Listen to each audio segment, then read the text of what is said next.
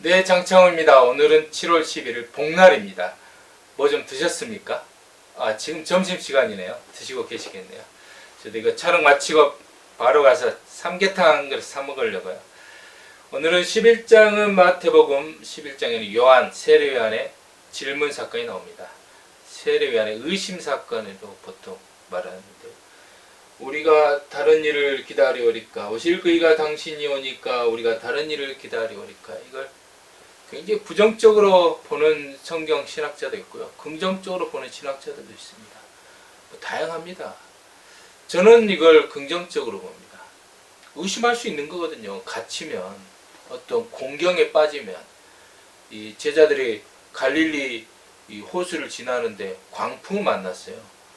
그러면 우리가 죽게 됐습니다. 그런 느낌이 있어야 되거든요. 그런 느낌도 없고 무덤덤한 평온하면 안 되거든요. 광풍으로 하나님께서 제자들을 깨운 거거든요. 그러니까 제자들이 예수님을 깨우잖아요. 이 사건이 그 요나 사건에 똑같이 나오거든요. 요나가 하나님에 대해서 잠자고 있었거든요. 그러니까 하나님에 대해서 잠자고 있으니까 그 다시스로 가는 배 밑에 밑창에 들어가 자고 있었거든요. 그러니까 하나님이 배를 막 깨운 거예요. 배는 어떻게 보면 요나가 탄 배는 요나의 겉옷이죠. 막 광풍 불어서 흔들어 깨운 거예요. 그러니까 선장이 가서 요나를 막 깨우잖아요. 깨운 거죠. 이 옥에 갇혔을 때 세례요한이 질문을 한 겁니다. 그런 질문, 저는 긍정적인 건설적인 질문이라고 합니다. 이런 질문을 못하게 하는 것 자체가 잘못된 거예요. 의심이 들고 생각이 드는데 물어야 되거든요. 그때는. 그래서 물은 거예요. 묻는 건 죄가 아니거든요. 이걸 하나님께도 묻고 항상 질문을 해야 됩니다. 이 질문에 대해서 예수님께서 굉장히 인격적인 답을 해주시는 겁니다. 그리고 나서 실족하지 아니하는 자는 복이 있다, 이렇게 하십니다. 항상 마음이 실족하면 안 돼요. 우리가 어떤 돈이 막 벌리고 사업이 잘 되면 실족하지 않죠. 실족하지 않는데 그 안에 하나님이 사라집니다. 자기 마음은 실족하지 않는데 하나님이 사라져버려요. 그게 무서운 거예요. 이제 막 사업이 좀 힘들고 환란이 불어오면은 그때는 자기 마음속에 하나님이 없는 것이 드러나게 돼요. 그때는 막 이제 혼비백산하죠. 그때는 오히려 실족을 안 해요.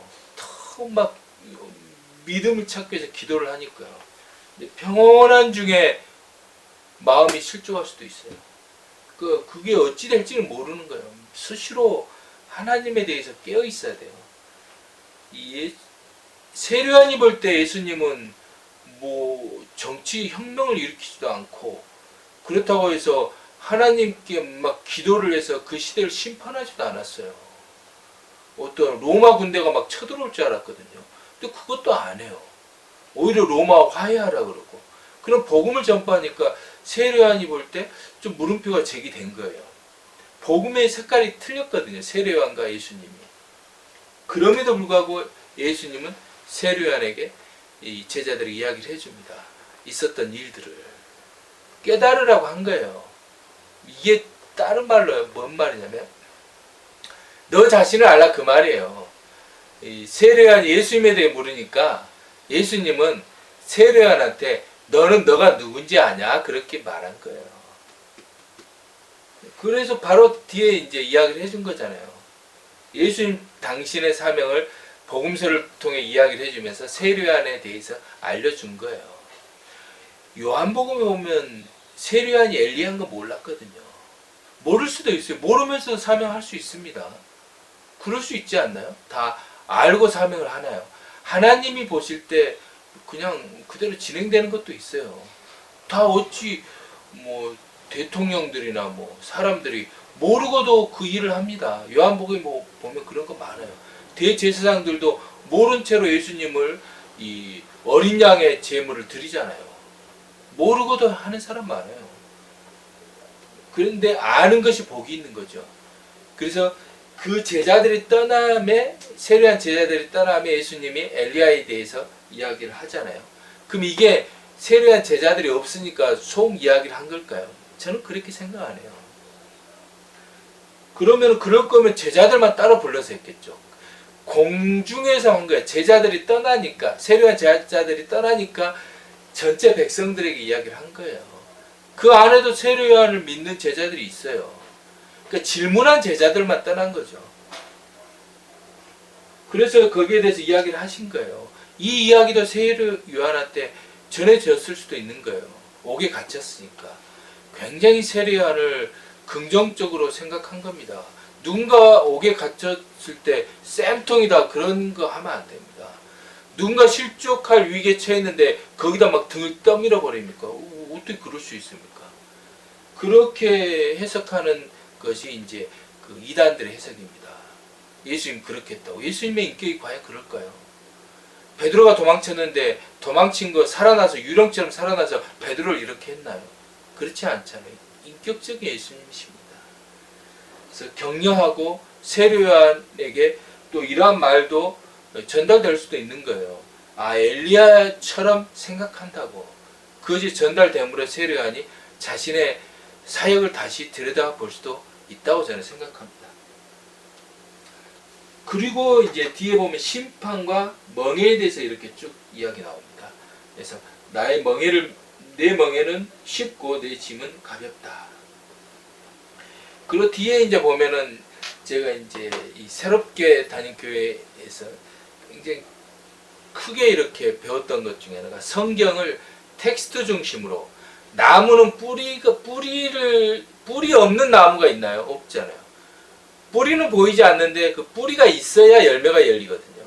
그 뿌리가 뽑히면 열매가 안 열려요. 그 뿌리가 뽑힌다는 그 성경 해석이 나무라고 하면 뿌리가 있다는 것은 근본은 성경 텍스트를 중심한 성경 해석이어야 돼요. 그래서 그 성경 텍스트를 중심하지 않는 성경 해석은 그것은 뿌리 없는 성경 해석이에요. 저 그것을 가장 중요하게 배웠어요, 사실. 그게 가장 핵심이었어요, 저는. 저한테 만약에 묻는다 그러면.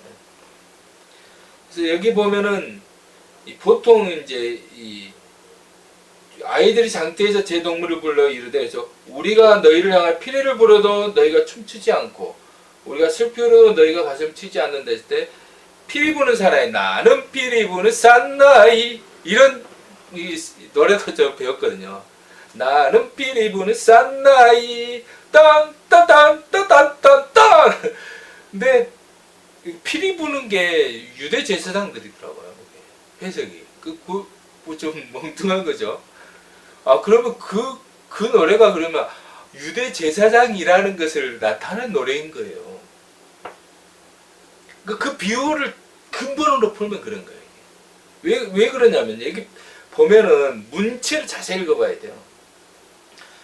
그러니까 비유하건대 아이들이 장터에 앉아 제 동물을 불러서 이르되 말하는 사람이 누구냐면 우리가 그랬거든요.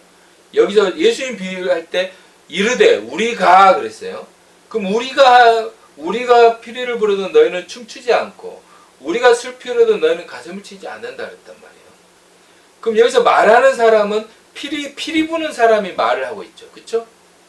그다음에 우리가 슬피 우는 거. 슬피 울어도 이렇게 하죠. 이게 말하는 주체죠.